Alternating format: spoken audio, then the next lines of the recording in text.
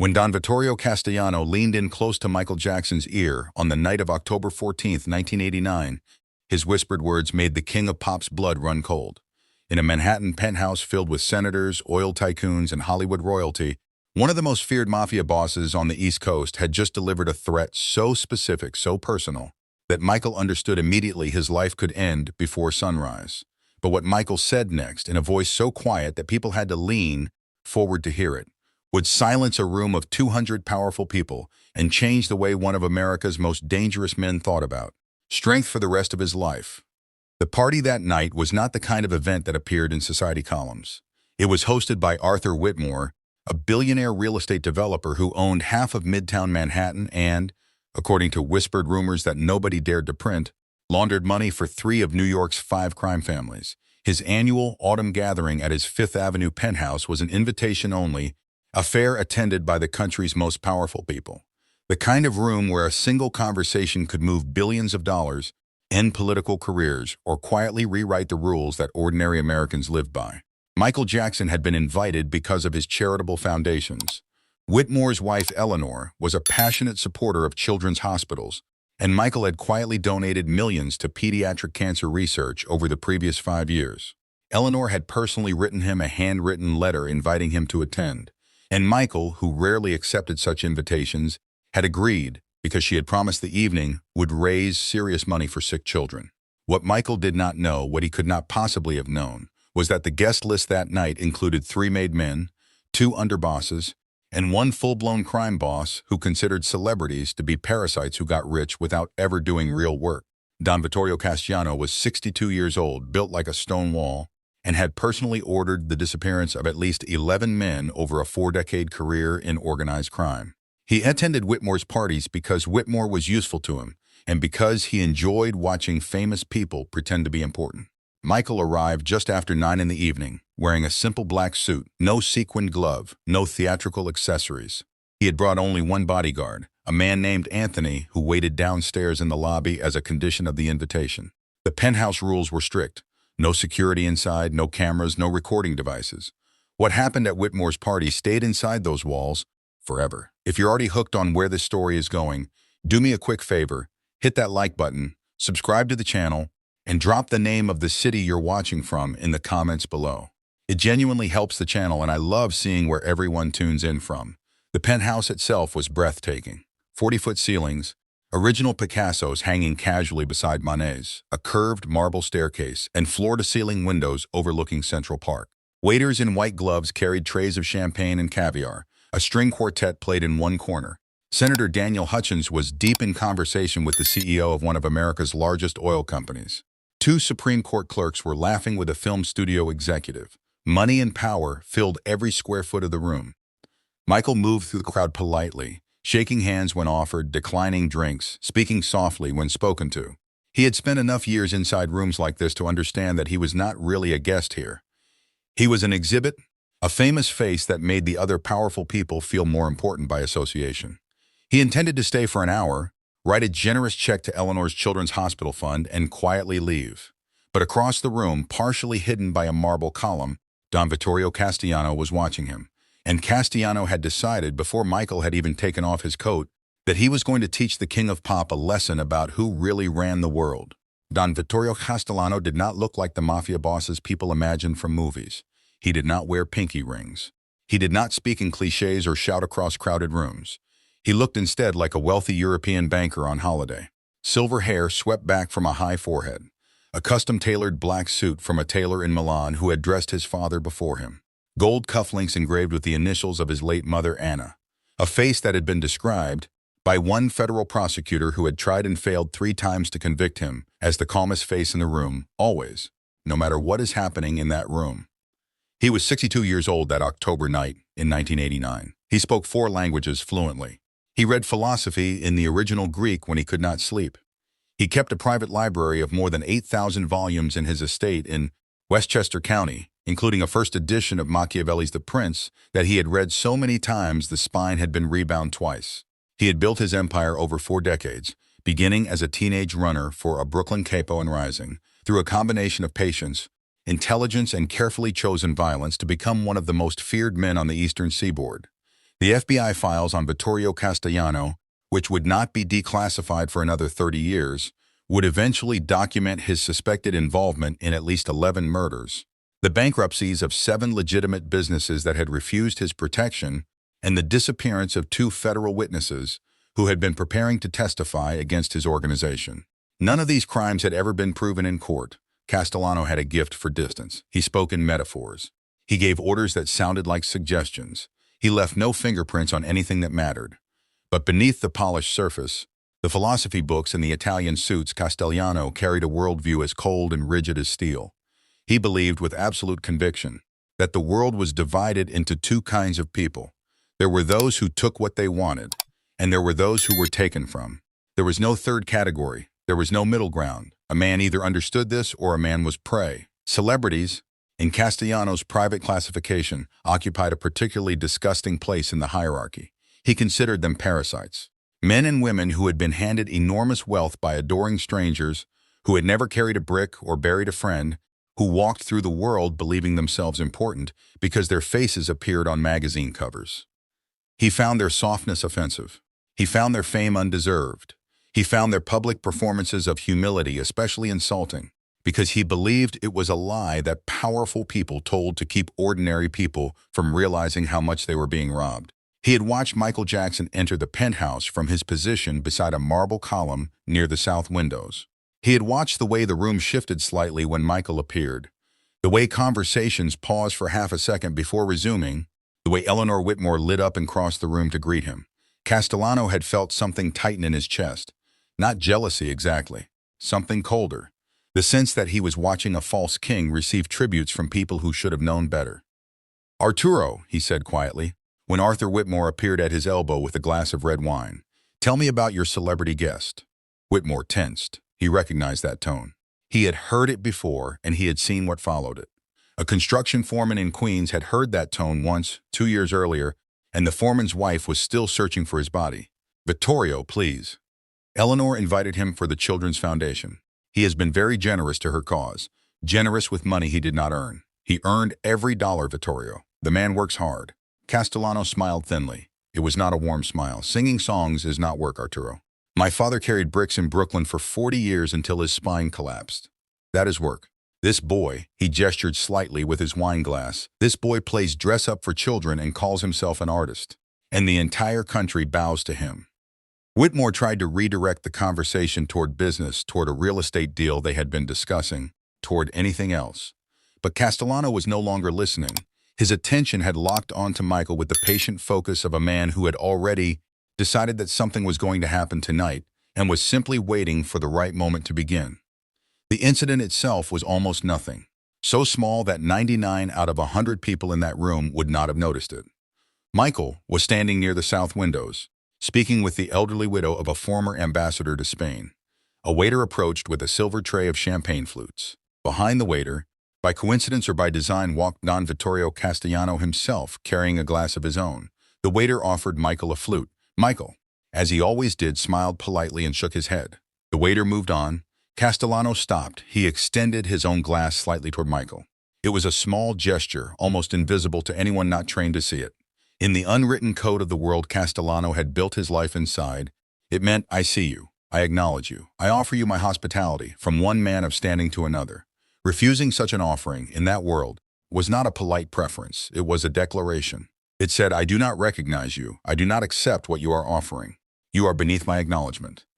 Michael, who knew nothing of this code, smiled warmly and said, "Thank you, sir, that's very kind, but I don't drink. I never have. Please enjoy yours." The elderly widow noticed nothing. She continued her story about her grandchildren's dance recitals, but across the room 3 men went absolutely still. Frankie Bruno, Castellano's underboss, set down his own drink very slowly. The 2 soldiers beside him, men named Sal and Joseph, exchanged a single glance that said everything that needed to be said between them. Castellano's expression did not change. He nodded once, the smallest possible nod, and walked away. But the temperature in the room had shifted. Eleanor Whitmore, who had been raised inside this world, felt it before anyone else did. She turned toward her husband across the room and caught his eye. Arthur Whitmore had gone pale. He set down his wine glass on the nearest surface and began moving as casually as he could toward the elevator. He was too late. For the next 40 minutes, Don Vittorio Castellano did nothing. He sipped his wine. He spoke quietly with two senators about the upcoming election. He laughed politely at a joke told by a film studio executive. To anyone watching the room casually, nothing was wrong. The party flowed around him as parties always did, and Castellano appeared to be enjoying himself in the same restrained way he always enjoyed himself. But Frankie Bruno was watching his boss carefully, and Frankie knew what those 40 minutes meant. They meant that Castellano was deciding. They meant that Castellano was selecting the room, the moment, and the words. They meant that whatever was coming had not been canceled. It had only been delayed. Michael Jackson, meanwhile, had no idea anything was wrong. He had finished his conversation with the ambassador's widow, written a personal check to Eleanor Whitmore's Children's Foundation that was 3 times larger than what she had hoped for, and was beginning to think about how to politely excuse himself from the evening. He had spoken with perhaps 20 people. He had been kind to every one of them. He had performed as he always performed in rooms like this, the role of the gracious and humble guest. He was tired. He wanted to go home. It was exactly that moment that Frankie Bruno appeared at his elbow. Frankie was a large man, perhaps 6 feet 4 inches tall, with a thick neck and forearms that strained against the sleeves of his suit jacket. But he spoke quietly, almost gently, and his face wore the relaxed expression of a man who had done this many times before and felt no particular emotion about doing it again. "Mr. Jackson," he said, "Don Castellano would like a private word with you. In the library. It will only take a few moments." Michael hesitated. Something in Frankie's voice, in the careful neutrality of it, set off a small alarm somewhere in the back of his mind. But the room around him was full of senators and judges and ambassadors. 200 people stood between him and any possible danger. He could not imagine, in that moment, what could happen in a Manhattan penthouse on a Saturday night, surrounded by the most powerful people in America. "Of course," Michael said. "Lead the way." The library was on the south side of the penthouse, down a long hallway lined with framed photographs of the Whitmore family. Frankie walked slightly ahead. 2 other men, the soldiers named Sal and Joseph, fell in behind Michael. He did not notice them at first. By the time he did notice them, he was already at the library door. The room itself was extraordinary. Floor-to-ceiling shelves of leather-bound books, a fireplace with a fire already burning, 2 leather armchairs positioned beside the hearth, a small writing desk near the window. The walls were paneled in dark walnut, and the air smelled of old paper and wood smoke. It was the kind of room that a certain kind of wealthy man built when he wanted somewhere to retreat from his own life. Don Vittorio Castellano was already seated in one of the armchairs, a glass of brandy in his hand, a leather-bound book open on his lap. He did not stand when Michael entered. He gestured with a single finger toward the chair opposite his own. "Sit, Mr. Jackson, please." Michael sat. Behind him, the library door closed with a soft click. He heard the bolt slide into place. He turned slightly and saw the 3 men positioned between him and the door. Frankie in the center, Sal and Joseph on either side. None of them spoke. None of them needed to. Michael turned back to face Castellano. His hands rested calmly on his knees. His face showed nothing. "Do you know who I am, Mr. Jackson?" "I'm afraid I don't, sir." "Good. That is honest. I will be honest in return. My name is Vittorio Castellano. I am a businessman from Westchester County. I have many interests: construction, shipping, restaurants throughout the 5 boroughs. I am also a man whom certain other men listen to very carefully, because I have spent a lifetime earning their attention. Do you understand what I am telling you?" "I think I do, sir." "You insulted me earlier this evening." Michael blinked once. "Sir, I apologize if I caused any offense. It wasn't my intention. You refused my hospitality. In front of my men, in front of this house, in front of guests who saw exactly what happened and who are now wondering at this very moment what I am going to do about it." "I don't drink, sir. I haven't since I was a child. I meant no disrespect to you." Castellano set down his book. He closed it slowly, deliberately, and placed it on the small table beside his chair. Then he leaned forward, his elbows on his knees, his hands clasped together. When he spoke again, his voice had dropped to a whisper that only Michael could hear. "Mr. Jackson, let me explain something to you that no one in your world has ever explained. In my world, there are rules older than your music, older than your country. When a man like me offers a glass to a man like you, you accept. You do not need to drink it. You only need to touch it to your lips. You acknowledge the offering. This is not difficult. A child of 5 understands this." He leaned closer still. "I know where your mother lives, Mr. Jackson. In Encino. I know the street. I know the number on the gate. I know the names of your nieces and nephews and which schools they attend. I know which dance studio in Los Angeles your sister Janet uses on Tuesday afternoons. I know the name of the man who drives you home from the airport when you fly into LaGuardia. I make it my business to know about people who come into my rooms.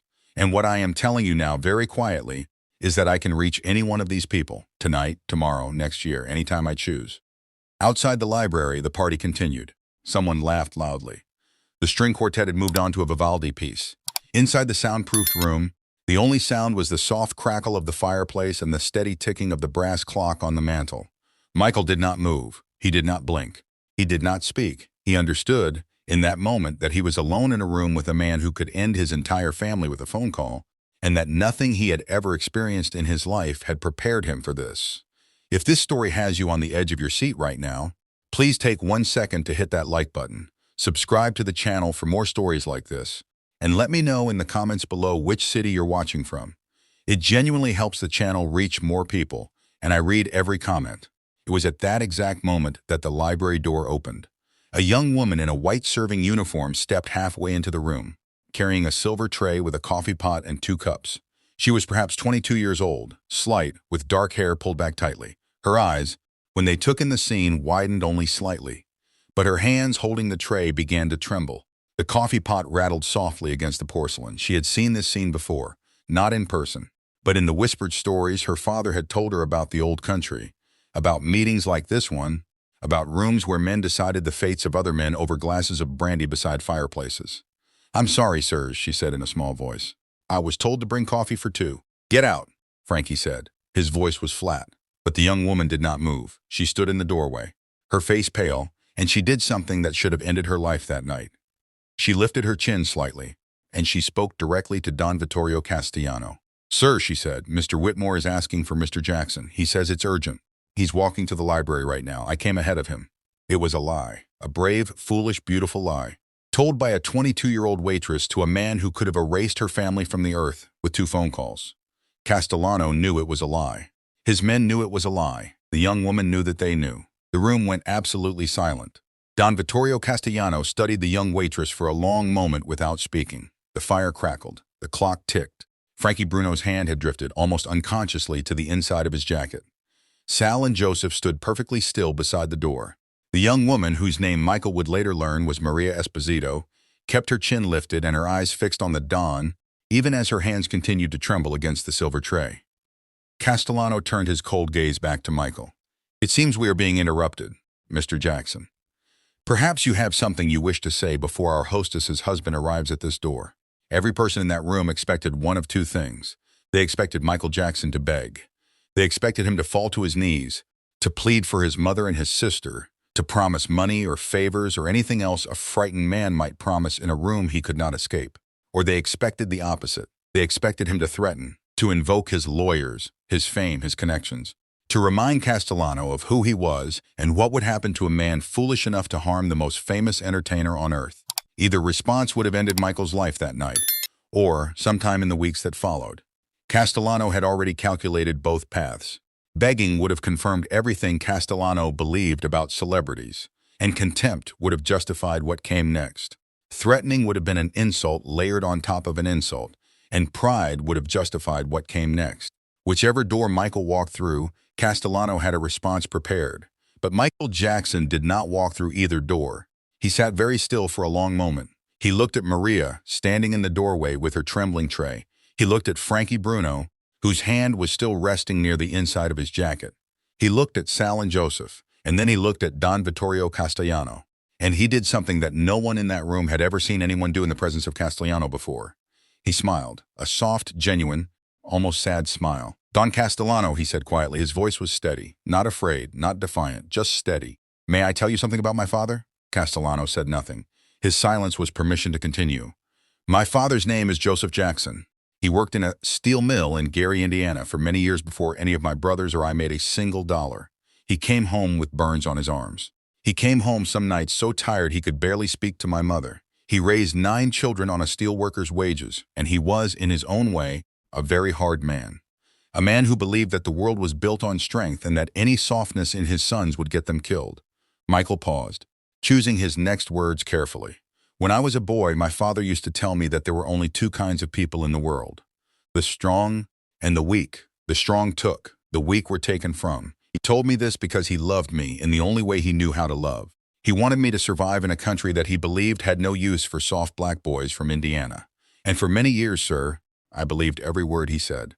Castellano's expression had not moved, but something in his eyes, something very small, had shifted. Then I started traveling. I went to places my father had never been. I met mothers in hospitals in Ethiopia, holding babies who were dying of things that cost $10 to cure.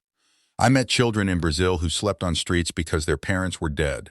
I met an old woman in Bucharest who had survived the camps in 1944, who had lost her entire family in those camps, and who still made me tea with her own hands and asked about my mother. And I noticed something, Don Castellano, something my father had not lived long enough or quietly enough to notice himself. He paused again. The strongest people I ever met were not the people who took. They were the people who endured. They were the people from whom everything had already been taken, who still chose every morning to be kind anyway. That was strength, not the other thing, not what my father taught me, not what perhaps your father taught you. Frankie Bruno shifted his weight slightly. The floorboard beneath his shoe creaked. He glanced toward Sal, then away. I do not know what your life has been, sir, Michael continued. I do not know what you have seen, or what you have done, or what was done to you when you were small and could not defend yourself. I will not pretend to know, but I know that you are not a stupid man. A stupid man does not read books like the one you set down on that table. A stupid man does not build what you have clearly built. So I will speak to you honestly the way you have spoken honestly to me.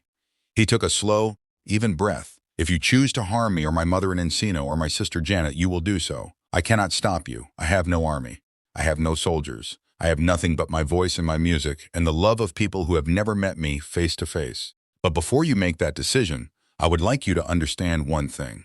Michael looked directly into Castellano's eyes for the first time. If you harm me tonight, you will not have proven that you were strong. You will have proven that you were afraid of a man who refused a glass of wine. And you will know that even if no one else in the world ever knows it. Your men will know it. They are standing in this room right now, and they heard what I refused, and they heard what you said.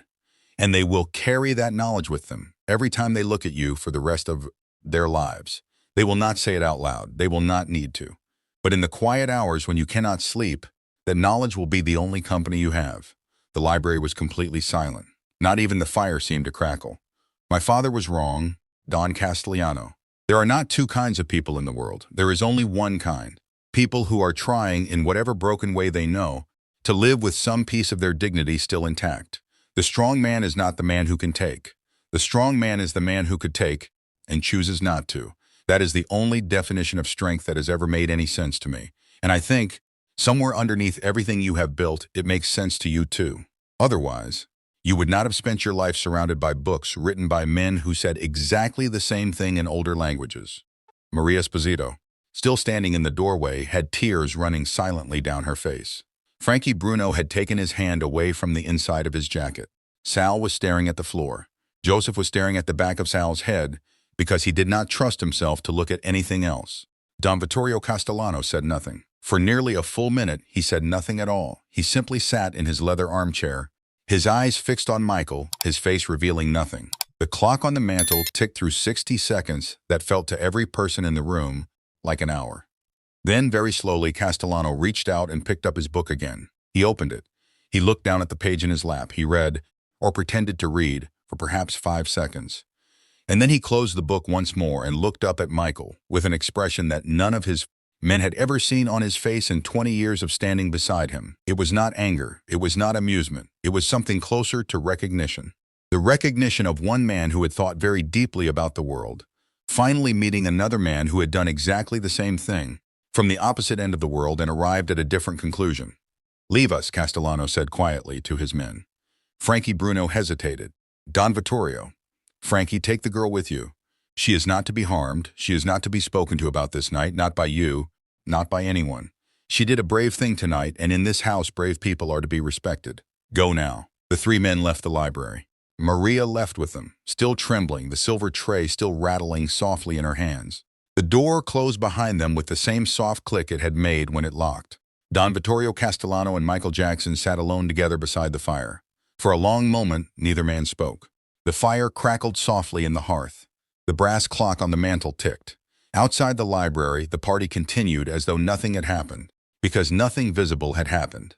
200 of the most powerful people in America stood drinking champagne 30 feet away, completely unaware that the room they were standing beside had just rewritten the rest of two men's lives. Finally, Don Vittorio Castellano spoke. His voice was quieter than it had been all evening. My father also worked in steel, Mr. Jackson, in Pittsburgh, not Indiana.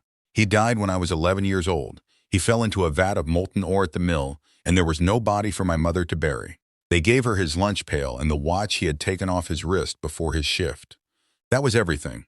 My mother raised 6 children alone in a 2-room apartment in Brooklyn on what she earned cleaning the offices of men who never learned her name.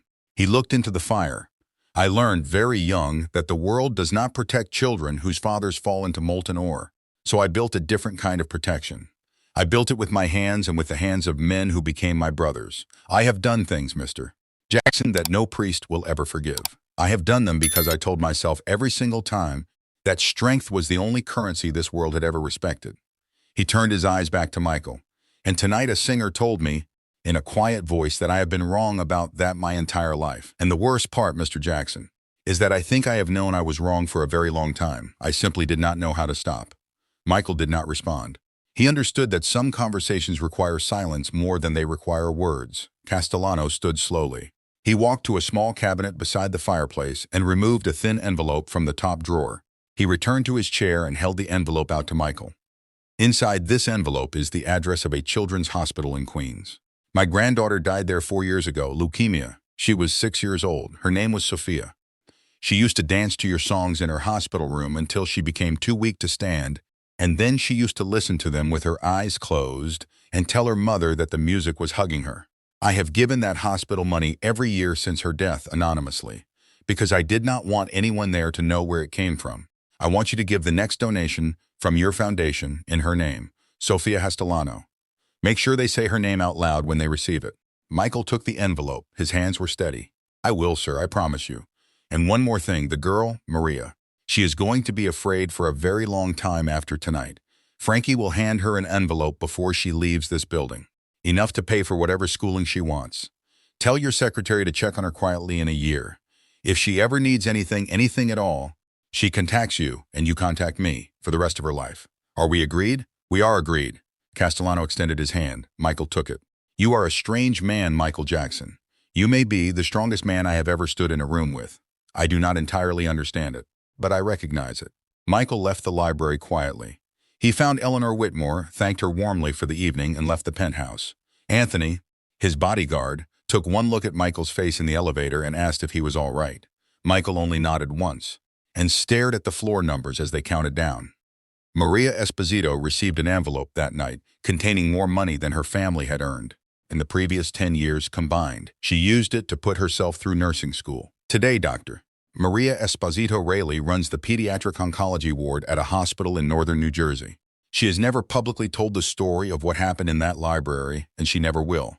She has told it only to her own children, and only after they were old enough to understand what it meant. Don Vittorio Castellano died of a heart attack in 1996, 7 years after that night. In his will, he left an unusual instruction. A significant portion of his estate, an amount that exceeded $40 million when it was finally distributed, was to be donated anonymously to children's hospitals across the Northeast. His family never publicly explained the reason. Only one person outside that family ever understood it, and he never spoke about it either. Michael Jackson never told anyone what happened in that library, not his family. Not his managers. Not in a single interview across the remaining 20 years of his life. The story exists in the public record only because Maria, decades later, finally trusted one journalist with it, on the condition that nothing would be published while she was still alive. She is still alive. But the lesson of that night moved quietly through certain rooms in the years that followed. Powerful men whispered it to other powerful men. Real strength, they said, is not the ability to take. Real strength is the choice not to. The man who could destroy and chooses to protect instead is the only kind of man whose strength outlives him.